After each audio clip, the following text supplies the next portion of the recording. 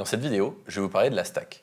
La stack en français s'appelle aussi la pile. La stack, c'est la partie de la mémoire qui va s'agrandir dans votre programme au fur et à mesure que vous demandez des variables ou que vous appelez des fonctions. Vous verrez les fonctions dans une prochaine vidéo, mais voilà, donc quand on a appelé printf ou autre chose, et bien la stack s'agrandissait pour pouvoir lancer la fonction, parce que dans printf, il y avait aussi des variables, il y avait aussi d'autres choses.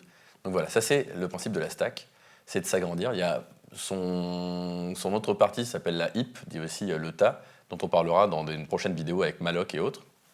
Mais en attendant, vous, jusqu'à maintenant, vous n'avez utilisé que la stack. C'est-à-dire quand vous marquez int i, vous demandiez à la stack de s'agrandir, d'avoir suffisamment de place pour pouvoir avoir un entier en plus sur la stack.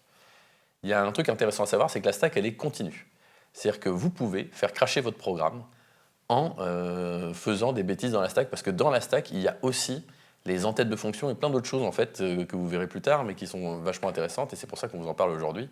Donc vous inquiétez pas, si vous n'avez pas tout compris dans cette vidéo, elle vous servira beaucoup plus tard. C'est vraiment histoire d'être exhaustif. Je vais faire un exemple et ce sera plus clair. Donc là, quand j'écris int main, int i égale 42, et ensuite je fais un printf et autres, ce qui se passe, c'est qu'on va allouer de la mémoire ici pour i, donc j'ai alloué la mémoire pour un int, 4 octets normalement. Maintenant, je vais vous montrer quelque chose de marrant, c'est que je pourrais m'amuser à faire un tableau, par exemple, avec un élément dedans, tout simplement. Voilà. Un tableau avec un seul élément dedans. Et ce que je vais faire, c'est que je vais faire tab de crochet 1. On va s'amuser à afficher la valeur de tab de crochet 1. Tiens. Là, vous allez me dire, on ne peut pas normalement en fait, afficher la valeur de tab de crochet 1 parce que tab de crochet 1, sur le papier, c'est censé être... ça n'existe pas. C'est-à-dire qu'en fait, j'ai alloué, moi, seulement un int. En fait, tab de crochet 1, ça équivaut à un seul int. Et vous allez voir ce qui se passe. Alors, je vais sûrement avoir une erreur. Ouais, voilà. Il n'est pas très content, mais bon, je peux le faire quand même. Et là, vous voyez que je vais afficher 42.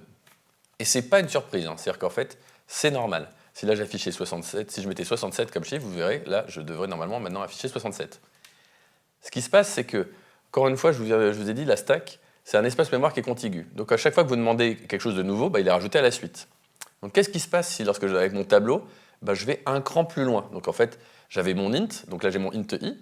Là, j'ai mon tableau, en fait, j'ai mon tableau ici, là, avec normalement un seul élément. Donc, ce tableau crochet 0, là, on est bon. Mais si je fais crochet 1, en fait, c'est comme si j'essayais de voir le prochain int. Le prochain int, c'est qui? C'est i.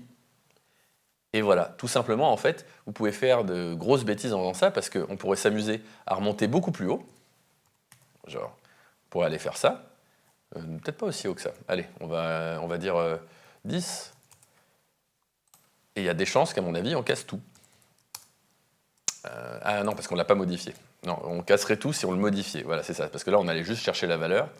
Donc allons amusons-nous à modifier les valeurs de tous les tabs au-dessus de là où on est.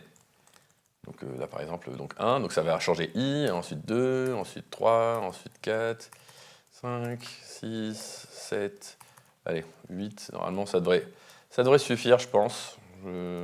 Quoique, on va peut-être en rajouter 2 de plus. Vous allez voir ce qui va se passer. On va avoir un problème. Tiens, je vais m'amuser à afficher ici, ça marche. Normalement, on devrait avoir un souci avant. Bon, là, on a plein de problèmes. Clairement, on est en train de faire n'importe quoi. Voilà, on a ce qu'on appelle un segfault. Ce qui s'est passé, en fait, c'est que je suis remonté dans la stack, et dans la stack, en fait, je vous ai dit que quand vous appelez une fonction, donc là, vous verrez plus tard ce que c'est que les fonctions, mais le main, il y a une petite partie du main qui est écrite au-dessus, et ce qu'on a fait, c'est qu'on a écrasé cette partie-là, tout simplement. En faisant ça, en faisant une erreur, on a écrasé cette partie-là. Au moment où le programme est sorti, il a relu les données qu'il avait écrites avant, on les avait modifiées, et là, il a craché. Donc, surtout, ne sortez pas en fait des boundaries, de la taille de votre tableau. En fait, faites bien attention à ça parce que vous risquez souvent d'avoir des segfaults.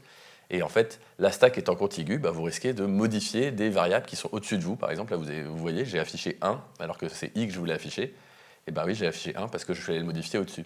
Donc faites bien attention à tout ça. La stack, c'est un seul espace mémoire contigu. Et donc dès que vous accédez à une variable, faites bien attention à ce que vous faites avec.